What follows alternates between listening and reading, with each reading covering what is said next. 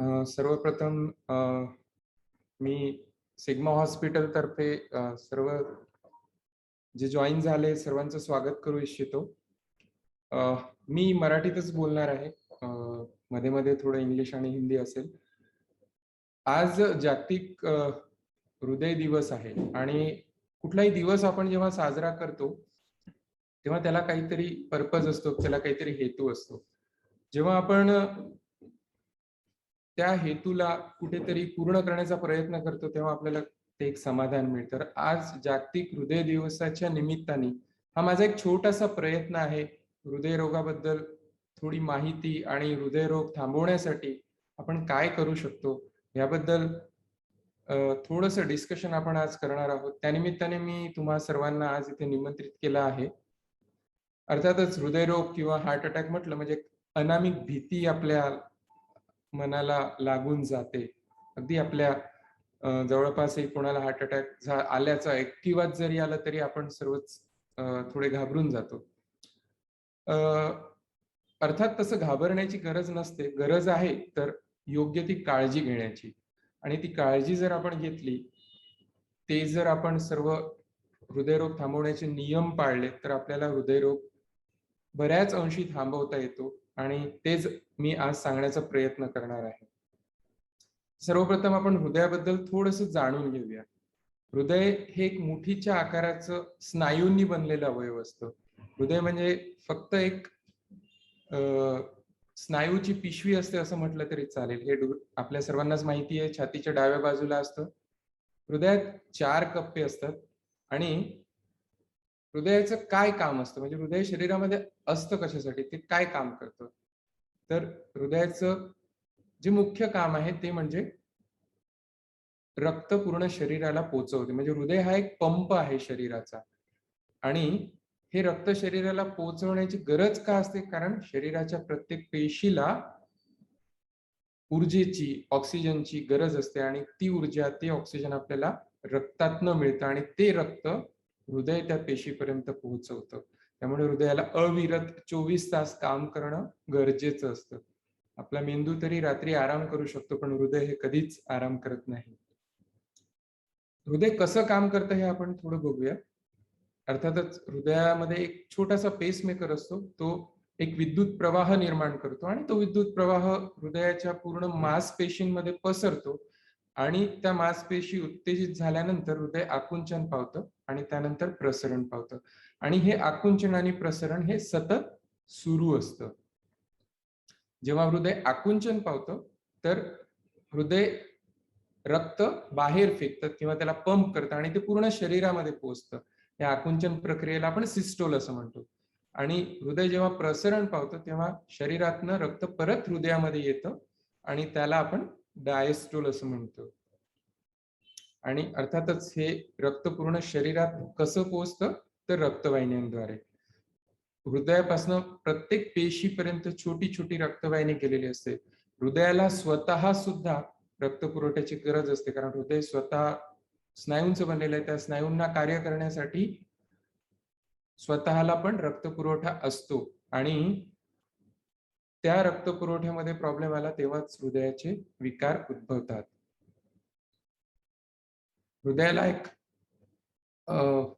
मूर्ख अवयव असे म्हटलंय, कारण हृदय जितकं रक्त पंप जवळपास एका मिनिटाला ते 5 लिटर रक्त पंप करतं आणि त्यातलं फक्त 250 ml हे स्वतःसाठी ठेवतं आणि बाकी दुसऱ्यांसाठी देतं. पण ते यासाठी की त्याला तेवढीच गरज असते. आता अर्थातच जेव्हा हृदयाचा संबंध येतो तेव्हा कोलेस्ट्रॉल हा शब्द येतोच आणि त्याबद्दल जाणून घेण्याची उत्सुकता सुद्धा सर्वांना असते. तर नेमकं हे कोलेस्ट्रॉल म्हणजे काय आहे? तर कोलेस्ट्रॉल हा एक प्रकारचा शरीरातील नॉर्मली सामान्यपणे प्रेझेंट असलेला स्निग्ध पदार्थ आहे. तो सामान्यपणे आपल्या शरीरात असतो. त्याची काही कार्य सुद्धा आपल्या शरीरात असतात. जसं हार्मोन प्रोडक्शन, काही हार्मोन प्रोडक्शन मध्ये कोलेस्ट्रॉलची गरज असते आणि योग्य मात्रेत कोलेस्ट्रॉल जर शरीरात असल्यास ते धोकादायक नसतं, पण त्याची मात्रा मात्र अधिक असल्यास ते धोकादायक असतं, धोकादायक ठरतं. खास करून ज्या व्यक्तींना बाकी धोक्यांचे मुद्दे आहेत जे आपण पुढे बघणार आहोत, त्या व्यक्तींना मात्र कोलेस्ट्रॉल हे आणखी जास्त धोकादायक ठरू शकतो. आता तुम्ही ऐकताना बरंच ऐकलं असेल की बॅड कोलेस्ट्रॉल, गुड कोलेस्ट्रॉल, तर त्याचे काही प्रकार असतात का? तर हो, कोलेस्ट्रॉलचे बरेच प्रकार असतात. 5-6 प्रकारचे कोलेस्ट्रॉल असतात. पण समजण्यासाठी आपण मुख्यतः 2 कोलेस्ट्रॉल बद्दल आपण डिस्कस करूयात. एक म्हणजे एलडीएल, ज्याला आपण नुकसानकारक कोलेस्ट्रॉल म्हणतो, आणि दुसरं म्हणजे एचडीएल, ज्याला आपण गुड कोलेस्ट्रॉल किंवा फायदेशीर कोलेस्ट्रॉल म्हणतो. आता ही नावं ह्याला का पडली? तर एलडीएल कोलेस्ट्रॉल जे असतं ते मुख्यतः ब्लॉक येण्यासाठी कारणीभूत असतं, आणि एचडीएल कोलेस्ट्रॉल जे असतं ते एलडीएलची मात्रा कमी करण्यासाठी मदत करतं, म्हणून त्याला गुड कोलेस्ट्रॉल म्हटलं जातं. आणि नेमकं हे कोलेस्ट्रॉल हृदयरोगाचा धोका कसं वाढवतं? तर ही एक थोडी कॉम्प्लेक्स प्रोसेस आहे. मी एक थोडंसं सिम्प्लिफाय करून तुम्हाला सांगणार आहे, की ह्या कोलेस्ट्रॉल हे एक कारण असतं रक्तवाहिनीमध्ये ब्लॉक येण्यासाठी. बाकीचेही आणखी कारणं असतात. पण जी रक्तवाहिनी असते त्यामध्ये आपण इथे बघाल तर ही नॉर्मल रक्तवाहिनी आहे, आणि इथे हा कोलेस्ट्रॉलचा थर साचण्याला सुरुवात झाली, आणि त्यामुळे जो मार्ग आहे रक्ताचा तो अरुंद झालाय. आणि जेव्हा तो थर खूप जास्त साचतो तेव्हा आतला मार्ग खूप अरुंद होतो, आणि आपण त्यालाच रक्तवाहिनीमध्ये ब्लॉक आलाय असं म्हणतो. आणि परिणामी हृदयाला रक्तपुरवठा कमी होऊन हृदयविकारासारखे प्रकार उद्भवू शकतात. आणखी थोडंसं समजण्यासाठी विस्तारपूर्वक सांगतो, की एक नॉर्मल रक्तवाहिनी, आपण त्याचं क्रॉस सेक्शन घेतलं आहे, त्यामध्ये कुठेही डिपॉझिशन वगैरे काही नाहीये. हे नॉर्मल त्या रक्तवाहिनीचा आतला भाग किंवा ल्युमेन आहे. जेव्हा तिथे कोलेस्ट्रॉलचा थर साचतो त्यासोबत आणखीही काही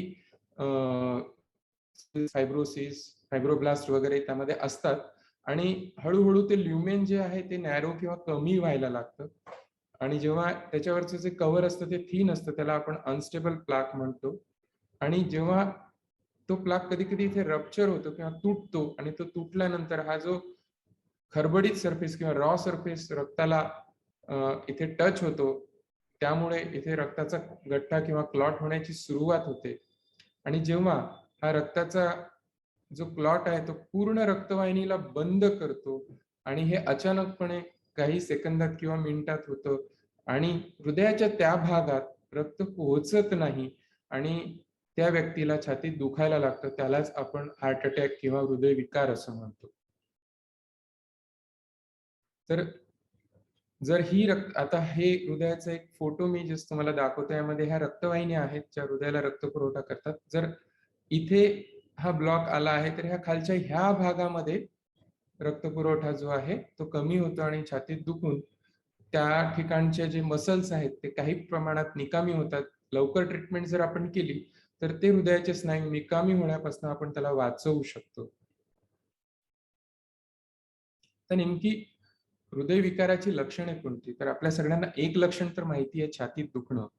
पण छातीत दुखण्याशिवायही आणखीही काही लक्षणं असतात, ज्यामुळे जी हृदयविकाराची असू शकतात, आणि त्याकडे आपल्याला लक्ष देणं गरजेचं आहे. जसं की छातीच्या मध्यभागी वजन वाटणं, घाबरल्यासारखं होऊन घाम येणं, उलटी होणं, चक्कर येणं, हे सगळे जी लक्षणं आहेत ही हृदयाची असू शकतात. आता हृदयरोगाची संभावना आपण कशी ओळखावी? तर त्यामध्ये काही आपण त्याला रिस्क फॅक्टर म्हणतो किंवा काही धोक्याचे मुद्दे असं म्हणतो. त्याच्यामध्ये जे धोक्याचे मुद्दे आहेत त्यामध्ये मधुमेह असणे किंवा उच्च रक्तदाब म्हणजे बीपी असणे, व्यसन किंवा अनुवांशिकता, म्हणजे आपल्या फॅमिलीमध्ये जर कोणाला हृदयविकार झालेला असेल तर मग आपल्यामध्ये हृदयविकार होण्याची शक्यता अधिक असते. मोटापा म्हणजे जे जे व्यक्ती ओबेस असतात किंवा जाड असतात गरजेपेक्षा, त्यांना बीपी, शुगर आणि सोबतच हृदयविकार होण्याची शक्यता आणखी जास्त असते. तर ह्याला आपण धोक्याचे मुद्दे किंवा आपण रिस्क फॅक्टर असं म्हणतो. तर हे जर रिस्क फॅक्टर असतील तर आपण अधिक सजग किंवा अधिक काळजी घ्यायला पाहिजे. म्हणजे आपल्याला हृदयरोग होणार नाही किंवा आपल्याला होण्याची शक्यता असेल तर त्याला आपल्याला थांबवता येईल. कसं ते आपण समोर बघणारच आहोत. थोडक्यात काही टेस्ट बद्दल मी कल्पना देईल. म्हणजे ईसीजी म्हणजे अर्थात हृदयाचा विद्युत प्रवाहाचा आलेख, ज्याला आपण एखाद्या कागदावर चित्रित करतो. हे हृदयामध्ये आपण सुरुवात केली लेक्चरची तेव्हा आपण बघितलं की हृदय सतत आकुंचन आणि प्रसरण पावत असतं, आणि त्याच्यासाठी एक इम्पल्स जो आहे तो पेसमेकर मधनं निघतो आणि त्याचा आलेख म्हणजेच ईसीजी. आता ह्याच्या मी डिटेलमध्ये जाणार नाही, पण याबद्दल डॉक्टरांना काय माहिती मिळते? ईसीजी मधनं डॉक्टरांना हृदयाच्या ठोक्याबद्दल माहिती मिळते. कधी कधी रक्तपुरवठा कमी असण्याची काही चिन्ह सुद्धा निदर्शनात येतात.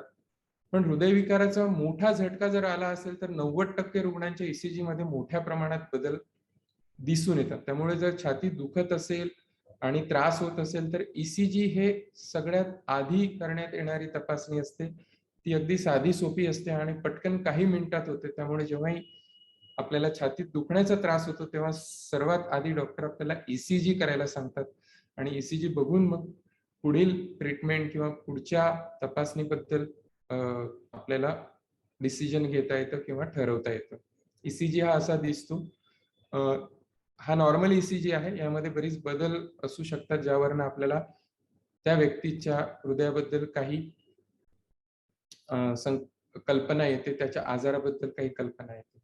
दुसरी टेस्ट असते इकोकार्डिओग्राफी. इकोकार्डिओग्राफी म्हणजे सोनोग्राफी सारखी टेस्ट असते, ज्यासाठी आपण अल्ट्रासाऊंडचा वापर करतो. यामध्ये कुठलंही रेडिएशन नसतं आणि इकोनी आपल्याला हृदयाचा आकार, आकुंचन प्रसरण, हृदयाची रक्त पंप करण्याची क्षमता आणि हृदयाच्या झडपेमध्ये काही आजार आहेत का ह्याचं निदान होतं. आणि पुष्कळ वेळा आपल्याला ट्रीटमेंट पॉइंट ऑफ व्ह्यू त्यांना काय गोळ्यांनी पुढे फायदा होईल. जर एखाद्या व्यक्तीला हृदयविकार झालेला आहे तर हृदयाची कार्यक्षमता बघून त्याप्रमाणे आपल्याला ती कार्यक्षमता वाढवण्यासाठी पण काही औषधी द्याव्या लागतात. दम लागत असेल तर त्याप्रमाणे आपल्याला काही औषधी द्यावी लागतात. तर ह्या सगळ्या डिसिजन मेकिंग मध्ये आपल्याला इकोची मदत होते.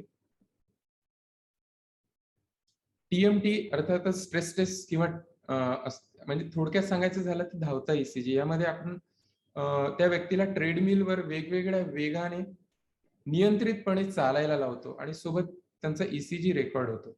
जेव्हा ईसीजी मध्ये एका विशिष्ट प्रमाणापेक्षा अधिक बदल आले तर त्यांना हृदयरोगाची शक्यता असते. एखाद्या व्यक्तीचा ईसीजी हा बसल्या ठिकाणी किंवा आराम करताना नॉर्मल असू शकतो, पण स्ट्रेसवर चालताना जेव्हा हृदय अधिक काम करतं तेव्हा जर त्यामध्ये बदल असतील तर अशा व्यक्तीला हृदयरोगाची शक्यता अधिक असते आणि म्हणून त्यांना पुढील टेस्ट करण्याचा सल्ला दिला जातो. आणखी काही टेस्ट हृदयाबद्दल तुम्ही ऐकल्याच असतील. त्यामध्ये अँजिओग्राफी आहे किंवा सिटी अँजिओग्राफी आहे, कार्डियाक एमआरआय आहे किंवा थॅलियम स्कॅन आहे. थोडं थोडं आपण त्याबद्दल डिस्कस करूया. पण आधी हृदयरोगाबद्दलही आपण जे जाणून घेतलं त्यानुसार अँजिओग्राफी केव्हा करावी हे जाणून घेऊया. तर हा प्रश्न फार अगदी कॉमन असतो की केव्हा अँजिओग्राफी करावी. अर्थातच छातीत दुखतंय म्हणजे प्रत्येक पेशंटची अँजिओग्राफी आपण करत नाही. अँजिओग्राफी करण्यासाठी काही डेफिनेट इंडिकेशन किंवा काही मार्गदर्शक तत्वे असतात, त्यानुसारच आपण अँजिओग्राफीचा सल्ला देतो.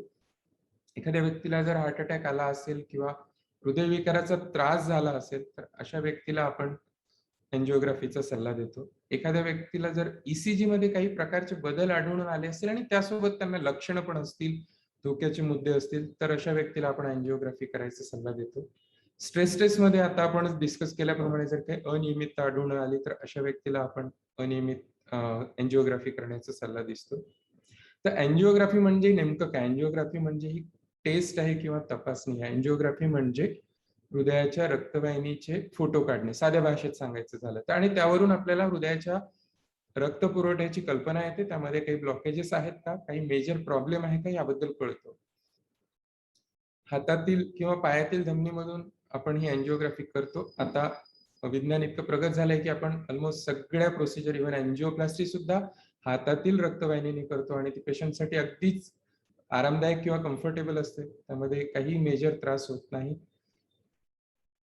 आपण एक विशिष्ट प्रकारचे कॅथेटर नंतर हृदयापर्यंत पोहोचवतो आणि त्यातनं आपण औषध देऊन अशा प्रकारे आपल्याला हृदयाच्या रक्तवाहिन्या दिसतात. आणि एखाद्या ठिकाणी जेव्हा ती रक्तवाहिनी अशा प्रकारे नॅरो झालेली किंवा बारीक झालेली दिसते तर आपल्याला कळून येतं की तिथे हा अडथळा आहे आणि त्यानुसार आपल्याला त्यातनं ठरवता येतं की रक्तवाहिनी किती बारीक झाली आणि त्याच्यासाठी आपल्याला काय करायची गरज आहे. आता सिटी अँजिओग्राफी बद्दल आपण थोडं बोलूया. सिटी अँजिओग्राफी बऱ्याच वेळा विचारलं जातं. जेव्हा आम्ही पेशंट्सला सांगतो की अँजिओग्राफी करायची तेव्हा आम्हाला हा प्रश्न विचारला जातो की सिटी अँजिओग्राफी केली तर चालेल का? सिटी अँजिओग्राफी करायची का आपण ट्रॅडिशनल किंवा जी आपली पारंपरिक अँजिओग्राफी ती करायची? तर थोडक्यात सांगायचं झालं तर सिटी एंजिओग्राफी हा पारंपरिक एंजिओग्राफीला पर्याय नाही. ही तपासणी काही विशिष्ट रुग्णांसाठी विशिष्ट कारणांसाठी केली जाते. सिटी एंजिओग्राफी ही रुटीन टेस्ट किंवा रुटीन चेकअप म्हणून करणं चुकीचं आहे, योग्य नाही. तसं करणं हे आपण मार्गदर्शक तत्वांमध्ये बसत नाही, त्यामुळे आपण ते सांगत नाही. सिटी एंजिओग्राफीमध्ये काही अडथळे आढळल्यास पारंपरिक एंजिओग्राफी करून कधी कधी त्याची खात्री करावी लागते. त्यामुळे सिटी एंजिओग्राफी आपण केव्हा करायला सांगतो, जर एखाद्या पेशंटला काही मेजर त्रास नसेल आणि त्याला काही धोक्याचे मुद्दे नसतील आणि आपल्याला रूल आउट करायचे, किंवा एखाद्या पेशंटला टेस्ट पॉझिटिव्ह आली आणि त्याला बाकी धोक्याचे मुद्दे नाहीये, कधी कधी आपण अशा पेशंट्समध्ये सिटी एंजिओग्राफी करतो. पण ज्या पेशंटला धोक्यांचे मुद्दे आहे, ज्यांना हृदयाचा त्रास झाला आहे, अशा व्यक्तींना मात्र सध्याच्या मार्गदर्शक तत्वांनुसार एंजिओग्राफी ही बेस्ट टेस्ट आहे. आता आपण थोडंसं प्रिव्हेन्शनकडे वळूया, किंवा हृदयरोग थांबवण्यासाठी काय करता येईल याकडे बघूया. अर्थातच प्रश्न असतो की आपल्याला हृदयरोग आतापर्यंत झालेला नाहीये, तर मग मी चिंता का करावी? त्यातल्या त्यात मी इंडियन आहे किंवा मी भारतीय आहे. या आधी असा समज होता की हृदयविकार हा पाश्चात्य लोकांचा आजार आहे, पण आता बऱ्यापैकी भारतामध्ये तो अवेअरनेस आला आहे. आपण आज डे इन डे आउट रोज हृदयविकाराचे रुग्ण बघतोय. आणि जर आपण थोडंसं आकड्यांकडे लक्ष दिलं तर भारतामध्ये जो हृदयविकाराचा दर आहे तो अमेरिका, चीन किंवा जापानपेक्षाही अधिक आहे, जास्त आहे. भारतीयांमध्ये हा हृदयरोग तुलनात्मकदृष्ट्या कमी कोलेस्ट्रॉल असताना पण होतो, आणि बाकीच्या देशांमध्ये ज्या वयात हा रोग कॉमन आहे त्याच्यापेक्षा भारतामध्ये हा 5-10 वर्ष आधीच होतो. त्यामुळे हृदयरोग हा भारतीय लोकांमध्ये अधिक गंभीर स्वरूपाचा पण असतो. म्हणजे त्या वयामध्ये इतक्या स्वरूपाचा, गंभीर स्वरूपाचा आजार व्हायला नको, पण आपल्या भारतीयांमध्ये तो होतो. त्याची बरीच कारणं आहेत. त्याची कारण मीमांसा मी इथे करणार नाही, पण ही वस्तुस्थिती आणि त्याला सामोरं आपल्याला जावं लागेल. आणि विकारामुळे होणाऱ्या मृत्यूचं प्रमाण सुद्धा भारतामध्ये बरंच अधिक आहे, अधिक जास्त. एक म्हण आहे की दुर्दैव तिथेच धडक देतं जिथे त्याच्यासाठी दरवाजे उघडे ठेवले जातात. अर्थातच आपण जर वेळीच ह्या सगळ्या काळजी घेतली नाही, किंवा जे काही धोक्याचे मुद्दे आहेत त्याला आपण वेळीच आळा जर नाही घातला, तर मात्र हृदयविकार आपल्या दारावरही धडक देऊ शकतो. त्यामुळे त्याच्यासाठी दरवाजे आपण उघडे नको ठेवायला, आणि ते कसं करता येईल तेच आपण बघूया. माझ्या कारसाठी मला सर्वात हुशार तंत्रज्ञ किंवा मेकॅनिक हवा असतो. जेव्हा आपण आपल्या कारची, बाईकची सर्व्हिसिंग करतो तेव्हा आपण बघतो की कोण चांगला मेकॅनिक आहे. पण जेव्हा आपल्याला आपल्या शरीराची ट्रीटमेंट करायची असते तेव्हा आपण फॅक्ट किंवा तथ्यांवर जाण्यापेक्षा यांनी सांगितलं त्यांनी सांगितलं म्हणून विश्वास ठेवतो, आणि काही एक्सपेरिमेंटल थेरपी करतो, किंवा तज्ञांचा सल्ला न घेता काही गोष्टींच्या आहारी जातो, आणि त्यातून कधी कधी आपल्याला आराम पडण्यापेक्षा त्रास जास्त होतो. त्यामुळे कुठल्याही बाबतीमध्ये जसं आपण बाकी गोष्टींमध्ये तज्ञांचा सल्ला घेतो, तसं आपल्या आजाराबद्दलही तज्ञांचा सल्ला घेतलेला कधीही चांगला. ही वाक्य आम्ही नेहमी ऐकतो जेव्हा आम्ही काही सांगण्याचा प्रयत्न करतो. खास करून जे प्रौढ लोक असतात त्यांना कधी कधी समजावून सांगणं थोडं अवघड असतं. त्यांचे हे वाक्य असतात, मी आतापर्यंत कधीच डॉक्टरकडे गेलो नाही, मला हृदयरोग असूच शकत नाही, मला कधीच त्रास झाला नाही, मला कसा असेल हृदयरोग. बीपीची गोळी बंद का केली विचारलं तर असं उत्तर मिळतं, माझं बीपी नॉर्मल झालं होतं म्हणून मी औषधी बंद केली. किंवा तुम्ही काही म्हणा, माझं शरीर आहे, मला चांगलं कळतं, मी स्वतःचा डॉक्टर आहे. ही जी वाक्य आहे ही समजूत काढण्यासाठी योग्य आहे, पण ही तुमच्या तब्येतीसाठी हानिकारक आहे. तर कृपया असा जर आपण कधी समज करून घेत असाल तर तो तुमच्या आरोग्याला हानिकारक होऊ शकतो.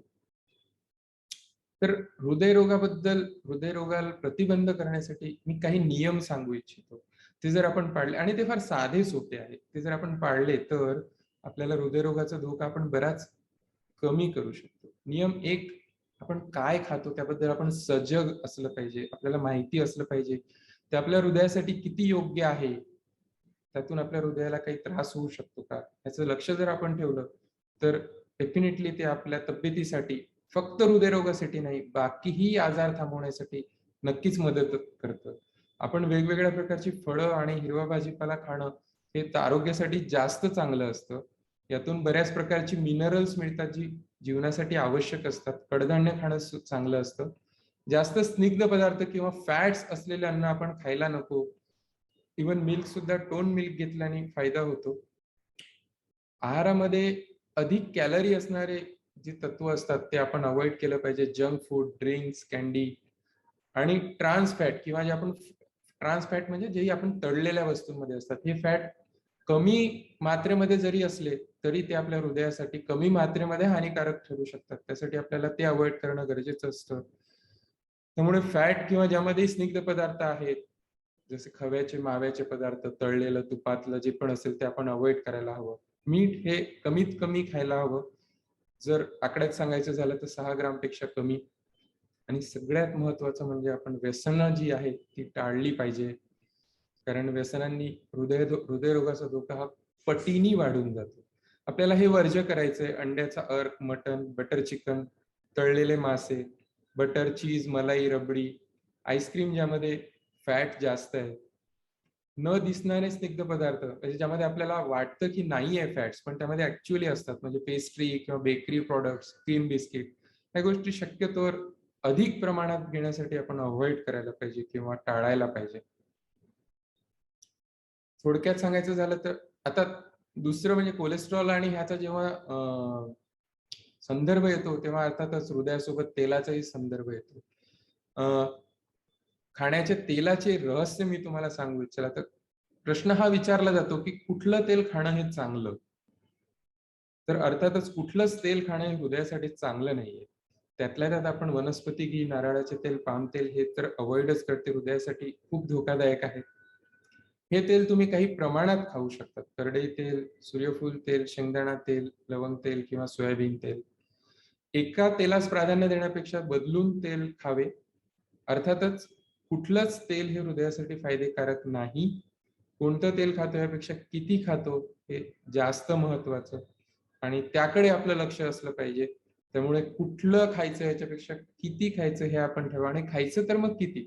तर आम्ही एक रफ माप त्यासाठी देतो की जर घरी महिन्याला माणसा परत अर्धा लिटरच्या वर तेल लागायला नको, त्याच्यात तेवढं जर लागत असेल तर आपण नॉर्मल तेल खातो असं म्हणू शकतो. त्यापेक्षा जर कमी लागत असेल तर मग आपण कमी खातो असं म्हणू शकतो. आता तुमचं तुम्हालाच ठरवायचंय की तुम्ही कमी खातात का जास्त खाताय. हा झाला एक नियम खाण्यापिण्याबद्दल. दुसरा नियम मी सांगू इच्छेन तो म्हणजे कसरत करा, म्हणजे व्यायाम. आपल्या दिनचर्येप्रमाणे आपल्या आहारानुसार आपणास हवा असलेला व्यायाम रोज करणे हे हृदयरोगाच्या प्रतिबंधासाठी खरंच खूप उपयोगी आहे. त्यामुळे तुमचं वजन कमी होतं, तुमचं चांगलं कोलेस्ट्रॉल जे असतं ते वाढतं, बॅड कोलेस्ट्रॉल कमी होतं आणि एवढंच नाही, हृदयरोगासोबत रक्तदाब आणि मधुमेह सुद्धा नियंत्रित होण्यासाठी आणि मदत होते. आता ही कंडिशन सगळ्यांचीच असते, फिजिकल इनॅक्टिव्हिटी म्हणजे प्रत्येक सकाळी. आता हे कार्टून सांगते की every morning my brain tells me to exercise and my body laughs at that idea. म्हणजे माझं मन मला सांगतं की मी एक्सरसाइज करायला पाहिजे पण माझं शरीर त्यावर हसतं. ही अशी परिस्थिती सगळ्यांचीच असते पण आपल्याला यावर मात करावी लागेल आणि आपल्याला आपल्या मनाचं, आपल्या मेंदूचं ऐकावं लागेल आपल्या हृदयासाठी आणि एक्सरसाइज करून आपल्याला त्याला तंदुरुस्त ठेवता येईल. अर्थातच व्यायामाला पर्याय नाही. व्यायाम, व्यायाम आणि व्यायाम आपल्याला करणं हृदय रोग थांबवण्यासाठी अत्यावश्यक असतं. जे जे लोक रोज 2 मैल चालतात त्या लोकांमध्ये मृत्यू दर हा 50% कमी आढळतो. रोज जलद चालण्याने हृदयरोगाचा धोका 50% कमी होतो. आणि एखादी व्यक्ती जी धूम्रपान करत नसेल पण त्याची बैठी जीवनशैली आहे त्याला तितकाच हृदयरोगाचा धोका असतो जेवढा एखाद्या व्यक्तीला धूम्रपान केल्याने असतो. आणि जर धूम्रपान करणारी व्यक्ती चालत नसेल तर त्याला तो धोका डबल होतो. रोज व्यायाम करण्याने रक्तदाब काही काही व्यक्तींमध्ये आपण अगदी 20 नी पण कमी करू शकतो. अर्थातच what fits to your busy schedule better, exercising 1 hour a day or being dead for 24 hours. म्हणजे तुम्ही 1 तास एक्सरसाइज करू इच्छिता की 24 तास तुम्ही मेल्यासारखे राहू इच्छिता हे तुम्हाला नक्की करायचंय. अर्थातच व्यायाम करण्यासाठी तुम्हाला जिम मध्ये जाऊन अद्ययावत मशीनवर घाम गाळायलाच हवा अशी नाही. फक्त चाललं तरी सुद्धा ते हृदयासाठी पुष्कळ लोकांमध्ये पुरेसं ठरतं. ऍटलीस्ट तेवढं तरी आपण करावं म्हणजे आपल्या हृदयाला आपण काही प्रमाणात हृदयरोग विकारापासून वाचवू शकतो. व्यसनांबद्दल मी बोललो त्याबद्दल मी थोडंसं डिटेलमध्ये बोलतो कारण धूम्रपान नियम 3 म्हणजे आपल्याला व्यसनं सोडावी लागतील. त्यात सगळ्यात महत्वाचं म्हणजे तंबाखूचं सेवन. तंबाखू हे कुठल्याही प्रकारे सेवन केल्यास ते हृदयासाठी नाही, सगळ्या अवयवासाठी, शरीराच्या पायाच्या अंगठ्यापासून तर डोक्याच्या केसापर्यंत प्रत्येक अवयवासाठी तंबाखू ही धोकादायक आहे. त्यामुळे ती सोडणं ही हृदयासाठीच आणि बाकीच्या आजारांसाठी सुद्धा तितकंच महत्वाचं आहे. तंबाखू सोडल्यानंतर हृदयविकाराचा धोका कमी होण्यास सुरुवात होण्यासाठी 24 तास लागतात. म्हणजे 24 तासानंतर हृदयरोगाचा धोका कमी होण्यास सुरुवात होते आणि ती पूर्णपणे कमी होण्यासाठी तब्बल 2 वर्ष लागतात. हृदयरोगाचा धोका हा 2 वर्षांनी कमी होऊ शकतो. पण काही धोके धूम्रपानाचे असतात, ते आयुष्यभर तुमच्या सोबत राहतात आणि कमी होत नाही. तोंडाची चव काही दिवसात सुधारते. धूम्रपानामुळे येणारा खोकला काही महिन्यात कमी होतो. धूम्रपान जे आहे हे रक्तदाब वाढवतो, रक्तवाहिन्यांना, रक्तपेशींना इजा पोहोचवते, हृदयरोगाचा धोका वाढवते. जर तुम्ही विज्ञान बघितलं तर सिगारेटच्या धुरामध्ये 4000 पेक्षा अधिक केमिकल्स असतात आणि त्यापैकी 200हून अधिक हे विषारी असतात, पॉइझनस असतात. तर आपण ते स्वतःहून पॉइझन घ्यायचं का? हे आपल्याला ठरवायचंय. कोण कोणाला संपवतं हा मुद्दा महत्वाचा. तुम्ही सिगारेटला संपवताय का सिगारेट तुम्हाला संपवते हे तुमच्या लक्षात आलं पाहिजे. जर तुम्हाला वाटत असेल की तुम्ही सिगारेट संपवताय तर ते तसं नाहीये. कुठेतरी सिगारेट तुमचा बळी घेते. त्यासाठी तुम्हाला सजग राहावं लागेल आणि पुढील सिगारेट पेटवण्यापूर्वी नक्कीच विचार करा जर आपण धूम्रपान करत असाल तर. हा पण एक प्रश्न येतो मद्यपान, की कधी-कधी असं सांगितलं जातं आम्हाला अमक्याने सांगितलं की अल्कोहोल हे हृदयासाठी चांगलं असतं. तर नाही, अल्कोहोल सुद्धा हृदयासाठी वाईट असतं. अल्कोहोलनी ब्रेन सेल्सची डेथ होते, लिव्हरला डॅमेज होतं, बीपी वाढवतं, हृदयाचे ठोके अनियमित होतात. एवढंच नाही, तर हृदयविकाराचा धोका सुद्धा अल्कोहोलनी वाढतो. त्यामुळे अल्कोहोल किंवा मद्यपान सुद्धा हृदयासाठी योग्य नाही, चांगलं नाही, त्याने धोका होण्याची शक्यता आहे. ते सुद्धा आपल्याला वर्ज्य करणं किंवा ज्यांना वर्ज्य करणं शक्य नाही त्यांनी अगदी कमी करणं हे फायदेशीर राहतं. हे झाले 3 नियम. चौथा नियम आम्ही त्याला म्हणतो नो युअर नंबर्स. तुमचे नंबर माहीत असू द्या. ते नंबर म्हणजे कोणते? फोन नंबर नाही. तर तुमचं कोलेस्ट्रॉल किती आहे, तुमचं बीपी किती आहे, तुमचं शुगर किती आहे, हे तुम्हाला माहिती असलं पाहिजे. म्हणजे आमच्याकडे पेशंट्स येतात, पण बीपी किती होतं? नाही, आता शेवटचे काही महिने झाले आम्ही मोजलंच नाही. शुगर काही महिने झाले चेकच केली नाही. तर ह्यातनं काय होतं, की हे जर धोक्याचे मुद्दे हे आपण जर त्याला नियंत्रित ठेवले नाही, तर भविष्यात आपल्याला हृदयरोगाचा धोका वाढतो. तर जे कोलेस्ट्रॉल आहे एलडीएलचं ते नॉर्मल व्यक्तीमध्ये 100च्या कमी असावं लागतं. ज्यांना हृदयविकार झालाय त्यांच्यामध्ये ते 70 किंवा 50 असणं गरजेचं असतं. तुमचं बीपी हे 120-80 पेक्षा कमी असावं. शुगर सुद्धा नियंत्रित असावी. तुम्ही जर कोलेस्ट्रॉल बद्दल तुम्हाला माहिती नाही आणि तुमचं वय 40 वर्षाच्या वर आहे तर तुम्ही ते चेक करून घ्यायला हवं. तुमचं कोलेस्ट्रॉल जास्त येण्यापेक्षा अधिक वाईट म्हणजे ते जास्त असून तुम्हाला माहीत नसणे आहे. कारण त्याबद्दल मग काळजीही घेतल्या जात नाही. त्यामुळे तुम्हाला ते माहिती असणं गरजेचं असतं. आणि कोलेस्ट्रॉल फक्त 10% कमी केल्यावर सुद्धा हृदयरोगाचा धोका आपण 20 ते 30% कमी करू शकतो. जो खूप मोठा धोक्यांमध्ये आपण परिणाम दिसून येतो कोलेस्ट्रॉल कमी केल्याने. आणि कोलेस्ट्रॉल कमी करण्याची सुरुवात अर्थातच जे काही आपण आता सगळं डिस्कस केलंय ह्यातनंच होते आणि त्या सगळ्या गोष्टी करून जर आपण कमी करू नाही शकलो, तर मग आपण मेडिसिनकडे वळतो. अर्थातच मी रक्तदाबाबद्दल बोललो. त्यामुळे रक्तदाब नियंत्रित ठेवणे हे सुद्धा हृदयविकार थांबवण्यासाठी आवश्यक असतं. सर्व प्रौढ व्यक्तींनी वर्षातून 2 वेळा रक्तदाब तपासून घ्यायला हवा. ज्यांना रक्तदाब आहे त्यांनी प्रत्येक महिन्यात रक्तदाब तपासावा. सामान्य रक्तदाब असायला हवा. जर 130-90च्या वर असेल तर आपण डॉक्टरांशी सल्ला करून निदान करावे. प्रत्येक रक्तदाबासाठी औषधीची गरज असतेच असं नाही. औषधीशिवाय आपण बऱ्याचशा गोष्टी करू शकतो. औषधी सुरू केल्यानंतर रक्तदाब सामान्य झाल्यास डॉक्टरांच्या सल्ल्याशिवाय औषधी बंद करू नये. आता जसं मी बोललो तसं बऱ्याच वेळा पेशंट्सला असं वाटतं, रुग्णाला असं वाटतं, की आता बीपी माझा नॉर्मल झालाय. तर आता मला डॉक्टरकडे जायची गरज नाही किंवा गोळी घ्यायची गरज नाही. ते गोळी बंद करतात. नंतर एकदम बीपी वाढतो, त्रास होतो आणि मग डॉक्टरांकडे येतात. तर असं होऊ नये. जर बीपीची ब्लड प्रेशरची गोळी ही बऱ्याच पेशंट्समध्ये कमी करता येतं, जर आपण लाईफस्टाईलने ब्लड प्रेशर कंट्रोल केलं तर, पण ती डॉक्टरांच्या सल्ल्याने करावी. जर डॉक्टरांकडे जाण्यास उशीर होत असल्यास ब्लड प्रेशरची, शुगरची औषधी बंद करू नये.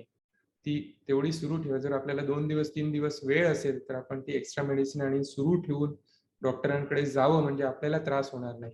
आपण मध्ये औषधीमध्ये जर खंड पडला आणि आपण डॉक्टरांकडे गेल्यानंतर जर बीपी वाढलेलं असलं, तर औषधीचा डोस ॲडजस्ट करण्यासाठी डॉक्टरांना सुद्धा त्रास होतो. त्यामुळे आपण औषधी घेऊन डॉक्टरांकडे गेल्यास त्यांना अधिक चांगला डोस ॲडजस्ट करण्यासाठी किंवा कमी करण्यासाठी त्यांना जास्त अधिक चांगल्या प्रकारे कळतं आणि ते चांगल्या प्रकारे निर्णय घेऊ शकतात. असंच मधुमेहाबद्दल आहे. सर्व प्रौढ व्यक्तींनी वर्षातून 2 वेळा साखर तपासायला हवी. ज्यांना मधुमेह आहे त्यांनी प्रत्येक महिन्यात तपासून घ्यायला हवी. उपाशीपोटीची शुगर ही तुमची 100 ते 150च्या आसपास असावी आणि जेवणानंतरची 150 ते 250च्या आसपास असावी. आणि बीपी प्रमाणेच मधुमेह नियंत्रित झाल्यावर ती औषध आपण बंद करू नये किंवा डॉक्टरांच्या सल्ल्याशिवाय कमी करू नये. आपणास शंका वाटत असल्यास आपण डॉक्टरांकडे जावं आणि त्यांच्या सल्ल्यानुसार औषधी कमी करावी. स्वतःहून कमी करू नये किंवा वाढवू नये. जर आपल्या कुटुंबातील एखादी व्यक्ती हृदयरोगाने पीडित असल्यास घाबरू नये. वैद्यकीय शास्त्राने खूप प्रगती केली आहे. अनुवांशिकता असल्यास पण आपण हृदयविकार थांबवण्यामध्ये बऱ्यापैकी आता सक्सेसफुल राहू शकतो.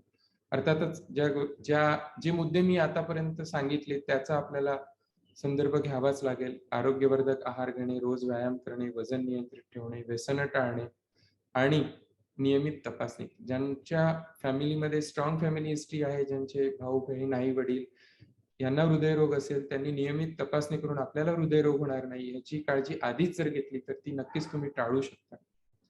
तुमच्या हृदयाला मजबूत करण्यासोबतच ह्या सर्व गोष्टी जर तुम्ही पाळल्या, तर त्या तुम्हाला सुंदर पण बनवतात, हे पण लक्षात ठेवा.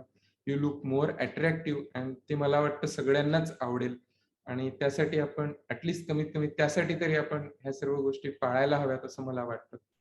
आपण औषधी नियमित घ्याव्या आणि आपल्याला कुठलीही शंका असतात आपण आपल्या डॉक्टरांशी डिस्कस करावं, त्यांचा सल्ला घ्यावा आणि मगच औषधीमध्ये बदल करावा. हृदयविकार थांबवता येतो. हृदयाच्या दृष्टीने योग्य अशी काळजी घेऊन जगणे तुमच्या जीवनाची गुंतागुंत नक्कीच वाढवत नाही. एकदा तरी आपण असा प्रयत्न करायला पाहिजे. तुम्ही नक्कीच त्यामध्ये सक्सेसफुल व्हाल, यशस्वी व्हाल असं मला वाटतं. एका व्यक्तीने म्हटलं आहे, तरुणपणी लोकं पैसा कमवण्यासाठी आरोग्याकडे दुर्लक्ष करतात आणि म्हातारपणी तेच लोकं थोडंसं आरोग्य परत मिळवण्यासाठी खूप पैसे खर्च करतात. तर आपणावर ही वेळ येऊ नये यासाठी आपण काळजी घ्यावी असं मला वाटतं. आता शेवटी आता आपण एका एपिडेमिक मधनं जातोय, पॅन्डेमिक मधनं जातोय. कोरोनाचं पॅन्डेमिक सुरू आहे. अर्थातच त्याबद्दल आणि हृदयरोगाबद्दल बोलणं हे अ, क्रमप्राप्त आहे आणि कोरोनामुळे बरेचसे अडथळे सुद्धा हृदयविकार असणाऱ्या लोकांना येतात. त्यांना व्यायामासाठी जाता येत नाही. घरीच असल्यामुळे वजन वाढलं, चेकअपसाठी येता येत नाही म्हणून गोळ्या बंद झाल्या. तर हे व्हायला नको. व्यायामासाठी आता लॉकडाऊन नाहीये, आपण आता जाऊ शकतो. चेकअपसाठी जर जाता आलं नाही, तर कमीत कमी आपण गोळ्या तरी सुरू ठेवाव्यात. कोरोनाच्या भीतीने त्रास झाला तरी हॉस्पिटलला आलो नाही, असं व्हायला नको. जर आपल्याला त्रास होत असेल, तर आपण हॉस्पिटलला जाणं आवश्यक आहे. हॉस्पिटलला कोविड विषयक सर्व काळजी घेण्यात येते आणि आपण कोरोना टाळण्यासाठी दुसरं संकट ओढवून घेणार नाही, याची काळजी नक्कीच घ्यायला पाहिजे. अर्थातच आपण सामाजिक दूरी पाळून चालायला जाणे हे करू शकतो. सायकलिंग असा एक व्यायाम आहे, ज्यामध्ये सामाजिक दूरता आपोआप येते, ते आपण करू शकतो. जर योग्य व्यायाम होत नाही असं आपल्याला वाटत असेल, तर आपण खाण्यावर अधिक नियंत्रण ठेवणे क्रमप्राप्त आहे, गरजेचं आहे. आणि कोरोनामुळे चेकअप चुकले असल्यास ते करून आपली योग्य ती औषधे सुरू ठेवावी. हॉस्पिटलला जाणं तुम्हाला जमत नसल्यास किंवा जाण्यात योग्य वाटत नसल्यास बरेच डॉक्टर आता ऑनलाईन कन्सल्टेशन करतात. तोही पर्याय आपण डॉक्टरांकडे चौकशी करावी आणि त्याप्रमाणे आपण डॉक्टरांचा सल्ला घेऊन औषधी सुरू ठेवावी. त्रास होत असल्यास कोरोनाला घाबरून हॉस्पिटलला येणे टाळणे हे हृदयाच्या दृष्टीने घातक ठरू शकते. हृदयविकाराच्या उपचारास विलंब झाल्यास हृदयास न भरून निघणारे नुकसान होऊ शकते. हॉस्पिटलमध्ये कोरोना संक्रमण न होण्यासाठी पूर्णपणे काळजी घेतली जाते व आवश्यक उपचार पण होतात. आपण जर कोरोनाचा मृत्यूदर बघितला तर भारतात 1.5% आहे. आणि हृदयविकाराचं जर बघितलं तर तो 15% आहे. आणि आवश्यक काळजी घेऊन आपण कोरोनाचा संसर्ग टाळू शकतो, पण वेळेवर उपचार न घेतल्यास हृदयविकार हा जीवघेणा ठरू शकतो. त्यासाठी 3 नियम आपल्या सर्वांनाच माहिती आहे कोरोना टाळण्यासाठीचे. नियमित नाक आणि तोंड झाकलेले राहिल्याप्रमाणे मास्क घालणे, हाताची स्वच्छता आणि सोशल डिस्टन्सिंग किंवा सामाजिक दूरता. हे आपण करतोच आहोत आणि ते आपण करत राहू आणि ते करून आपल्याला हृदयाला सुद्धा हेल्दी ठेवायचं आहे. So let's defeat COVID with care and precaution and take care of our heart. तर मला हे म्हणायचंय की ह्या जागतिक हृदयरोगाच्या दिवशी आपण जे काही मी आता सांगितलंय त्याबद्दल गंभीरतेने विचार करून हृदयाच्या दृष्टीने आपल्याला भविष्यात हृदयरोग होणार आहे ह्या दृष्टीने जर आपण पावलं उचलली तर मला हा उपक्रम करण्याचा माझा आनंद हा नक्कीच द्विगुणित होईल असं मला वाटतं. बरेचसे प्रश्न आहेत, मी एक एक करून उत्तर देण्याचा प्रयत्न करतो. अधिकाधिक प्रश्नांचा उत्तर देण्याचा मी प्रयत्न करेल. आपल्याला काही प्रश्न असल्यास आपण चॅट बॉक्समध्ये टाईप करू शकता. जर काही प्रश्न असल्यास आपण त्याची उत्तरं इथनं देऊ शकतो. प्रश्न नसल्यास मग आपण ही मीटिंग क्लोज करूया. मला अपेक्षा आहे की आपल्या सर्वांनाच जी माहिती मी देण्याचा प्रयत्न केला आहे ही फायदेशीर होईल आणि हृदयरोग थांबवण्यासाठी सगळ्यांना खूप मदत होईल अशी मला अपेक्षा आहे. एक प्रश्न विचारलेला आहे कोणी की कोलेस्ट्रॉलची गोळी घेतल्याने कॅन्सर होतो का? तर नाही. कोलेस्ट्रॉलच्या ज्या काही औषधी आतापर्यंत आपल्या अवेलेबल आहेत त्या जवळपास लाखो करोडो पेशंट्सवर टेस्ट झालेल्या आहेत, त्यांनी घेतलेल्या आहेत.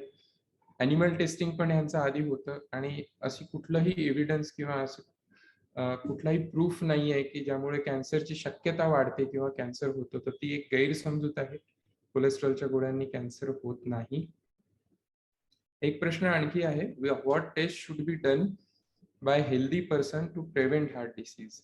आता हे कुठले टेस्ट आपण करावी जर आपण हेल्दी आहात तर हे आपल्या वयावर, आपल्याला असणाऱ्या बाकीच्या धोक्यांच्या मुद्द्यावर अवलंबून असतात. पण नॉर्मली थोडक्यात सांगायचं झालं तर जर मी एक वय जे आहे 40 वर्ष गृहीत धरतो, 40 वर्षाच्या निरोगी माणसासाठी त्यांनी शुगरची, कोलेस्ट्रॉलचे लेवल आणि स्ट्रेस टेस्ट ईसीजी एवढ्या टेस्ट रुटीनली केल्या तर ते फायदेशीर राहतं. पुढच्या दृष्टीने त्यामध्ये काही असेल आणि अर्थातच बीपी मोजून घेणं हे क्रमप्राप्त आहे, तर बीपी पण आपण चेक करायला हवं.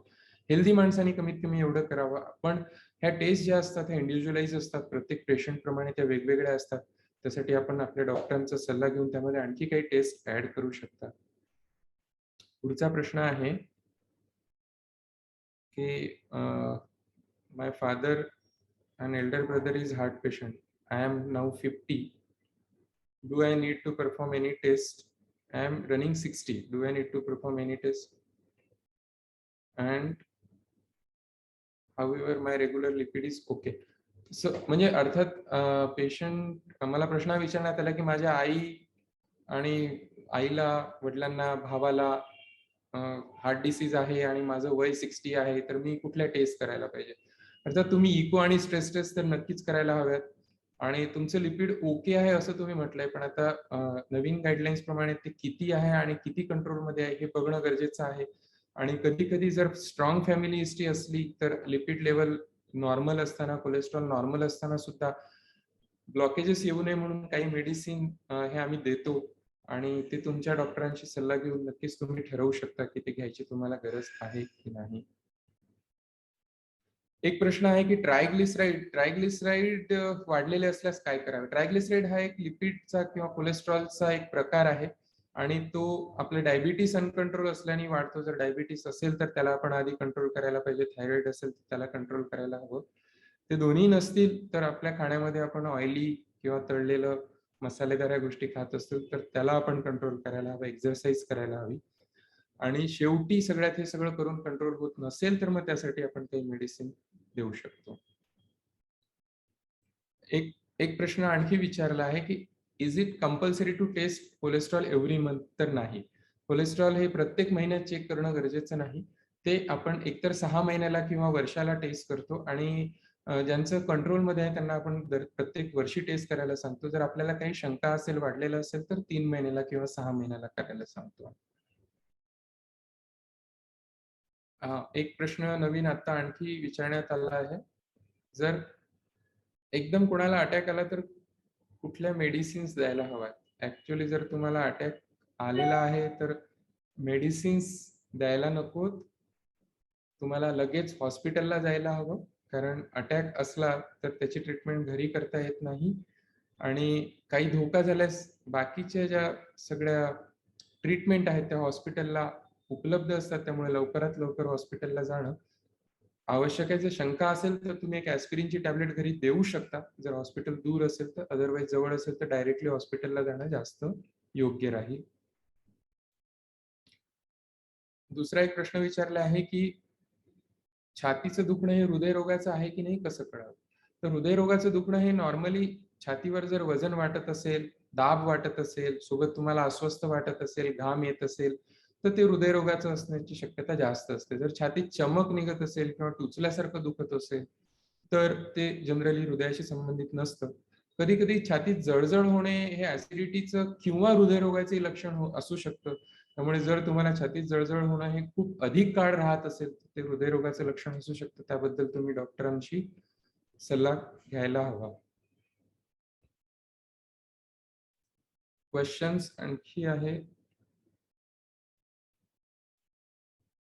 आपण अँजिओप्लास्टी नंतर किती महिने औषधी घ्यायला हवी?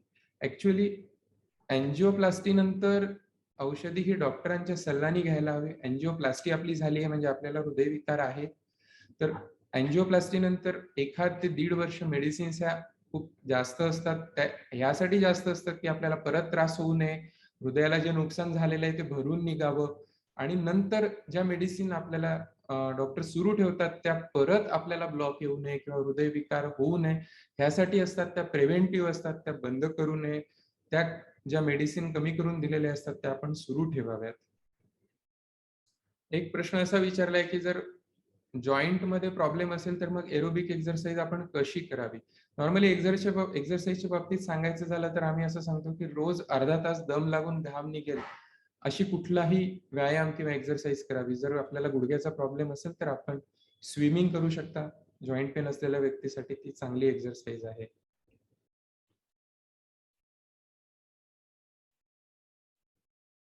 वजन जास्त असेल तर हृदयविकार होऊ शकतात का? येस. वजन जास्त असेल तर हृदयविकाराची शक्यता जास्त असते. आपण रेग्युलर एक्सरसाइज करून खाण्यापिण्यावर कंट्रोल ठेवून वजन कमी करणे हा त्याच्यावरचा सगळ्यात चांगला उपाय आहे. एक प्रश्न आहे की मला डायबिटीस आहे, माझं लिपिड नॉर्मल आहे, तर मला लिपिडची गोळी घ्यावी लागते. ॲक्चुअली आता जर आपण ज्या इंटरनॅशनल गाईडलाईन्स आहेत किंवा जे मार्गदर्शक तत्त्व आपण बघितलं तर डायबिटीसमध्ये हृदयरोगाचा धोका हा लिपिड नॉर्मल असताना पण जास्त असतो. त्यामुळे डायबिटीसच्या सर्व पेशंट जे 40 वर्षाच्या वर आहेत त्यांना ती टॅबलेट ब्लॉक येऊ नये म्हणून देणं हे मार्गदर्शक तत्वांमध्ये आहे. म्हणून मोस्ट ऑफ द पेशंटला ती टॅबलेट देण्यात येते आणि ती त्यांनी घ्यावी. ती हृदयरोग थांबवण्यापासून त्यांना मदत करते. एक प्रश्न आहे, how many golden hours after heart attack? म्हणजे ॲक्चुअली असं असतं की आम्ही त्याला टाईम इज अ मसल असं म्हणतो. जितक्या लवकर तुम्ही हार्ट अटॅक नंतर ट्रीटमेंट केली तितके स्नायू हृदयाचे तुम्ही वाचवू शकता. शक्यतो पहिल्या तासाला गोल्डन अवर म्हटलं जातं. मग 1 तासात केलं तर फारच चांगलं. कमीत कमी 3 तासात तरी करायला हवी. आणि त्यासाठीच आपण लवकरात लवकर हॉस्पिटलला जावं.